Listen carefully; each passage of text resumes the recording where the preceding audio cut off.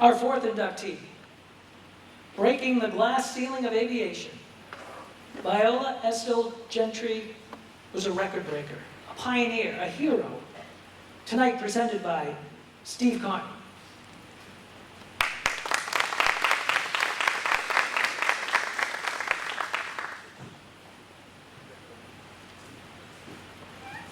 We Gentry cousins experienced Auntie Viola Estelle Gentry's free spirit at our family reunions just across the border, in Virginia. She would delight us with the stories of her adventures. She was born June 13, 1894 on a farm near Gentry, North Carolina, about 50 miles north of here. Her father moved the family to Danville in 1902 in search of a better opportunity for his family. Now her free spirit began to expand. By the age of 16, she was bored working in a cigar factory rolling cigars, and so she and three of her local boyfriends ran away from home to join the circus in Greensboro, North Carolina, where they were going to make $4.25 a week. A year later, she was visiting family in Jacksonville, Florida, and they went to a fair, and she dug in her pocket and had enough money to pay for her first airplane ride. But boy, did her life change after that. Her next 77 years of aviation activities are documented in over 70 published articles and books. She's in 14 libraries throughout our great country, including 3 universities and the Smithsonian, and 11 museums. But wait, after tonight, sir, that'll be 12 museums on it. Following that introductory flight, she spent the next 13 years traveling and working from coast to coast, earning just enough money to support herself and pursue her aviation dream. Back then, the national average income was only $2,000 a year. Yet her flight lessons cost her almost $1,200 to achieve that pilot license. She soloed in 1925 over Long Island, New York. And just 6 months later, with only 100 hours flight time, she flew under the Manhattan and the Brooklyn bridges, yes, in New York City. 3 years later, the CAA, which is the forerunner to today's FAA, which many of us in this room have been under the auspices in our flying careers, created a new ruling for barnstormers. You can't do it more than 500 feet, and you have to be out. So she did have a little influence on things we all fly with today. In 1928, she set the first solo flight endurance record for a woman. Now, she planned to be airborne 13 hours, 13 minutes, and 13 seconds. 13 was her lucky number. As she said, I was born on June 13th. Well, the flight only lasted 8 hours and 6 minutes and 37 seconds. She ran out of fuel due to the higher winds that day.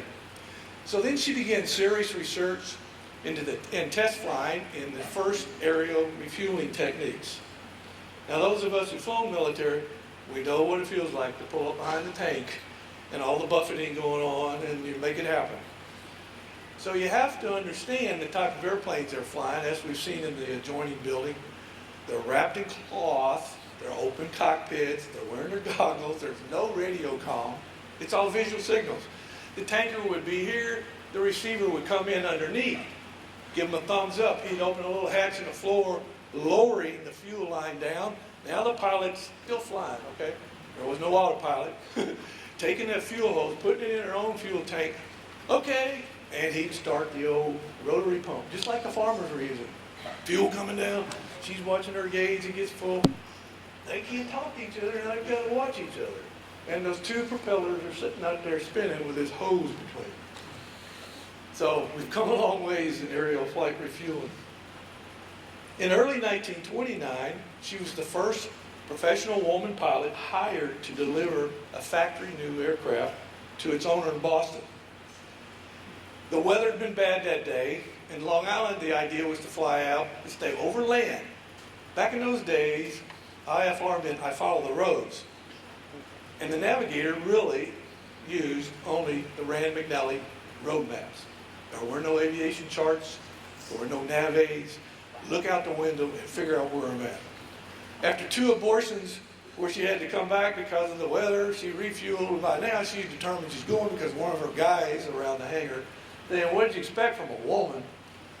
I'm going. That's what she told her navigator. And off they went. Sun was setting. She's going to cut the corner, fly across Long Island Sound, straight across Connecticut, headed to Boston. We'll make it. Weather's coming down. It's getting dark. Fuel gauge is getting lower. And it's not going to look good. But she wanted to stay under power control. Caught a hole in the weather, saw a field, landed safely, but had a very abrupt stop. The next morning, the local officials informed her she'd only missed her destination by 5 miles, and she had landed in the state's insane asylum property, and that sudden stop was when she smashed into a manure pile. Later that year, her flying career really changed. She was out to set another endurance, this time with a coordinated tanker who was to get airborne out of Connecticut, rendezvous over Long Island, New York. Now, you have to remember, Long Island was a farmland, okay? There's nothing like what we've grown up today with. And the idea was to run a racetrack up and down, watching the shoreline, and they know where they were. Weather's coming in, just like it does in the Northeast. The tanker crews they couldn't get airborne. Weather had socked them in Connecticut, and the pilot with Auntie kept saying, they'll be here, they'll be here. We'll keep flying. They kept orbiting, kept orbiting. Fuel starvation, engine seized, now we're a glider, falling like a rock. As she spotted a hole through the clouds, she saw a landing spot, aimed it, and immediately smashed into a tree, killing the other pilot. And as the newspaper articles reported, she looked like a rag doll when she was extracted from the wreck. 22 months later, she's still alive, but quite a recovery. But then just 4 years later, in 1933, she still flew another 20-lap race over Long Island. She came in last, but she was back in the air. That's what she was happy about. So over the next 4 decades, she traveled and worked tirelessly to support and further the intense interest and growth of women in aviation here in our country. One last dream was to fly in the AWTAR. Now that's a mouthful. All-woman transcontinental air race. They hadn't caught on to good names just yet. In 1929, at the first race, it basically was West Coast to East Coast, a timed event. Not how fast you got there, but a precision timing. At the first race in 1929, the reporter, Will Rogers, was there writing for a paper, and he noticed prior to the launch, several of the lady pilots were repairing their makeup. Hence, he coined the phrase, the Powder Puff Derby. And that race, henceforth, was known as the Powder Puff Derby until the final race in 1978. Dante did manage to make it 3 times. She flew in 1961 at age 67, again in 1972 at age 78, and in the last race, she was 82 years old. She had a little bit of spirit to her. So as another decade faded away, Viola had witnessed many of her aviation's friends passing. She coined the phrase, they folded their wings, as did she on June 23, 1988, at age 94. Her ashes today have been spread over the Floyd Bennett Field in Long Island, New York, which is now part of our national park system known as the Gateway National Recreation Area. And I'd really like to thank Wayne. He told me to keep it in 5 minutes, and he and I both, ex-flyers, we talked forever on the phone, everything the committee has done for this honor. Miss Susan Dusenberry, who you just met. The world of internet, 3 weeks ago tomorrow night, I received a 9 o'clock p.m. email. Hey, we're looking for descendants of Viola Gentry. Oh, really? How many spams do you get, right?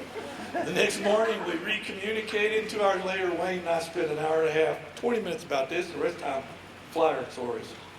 And last but not least, if you want some really good information, I don't know if Jennifer made it here tonight or not, but her book, The Flying Cashier, I'm not going to tell you how she got that name, but The Flying Cashier, Miss Bauer is a native North Carolinian, Winston-Salem's home. She had other commitments this night, but get the book. And thank you so much from the Gentry family.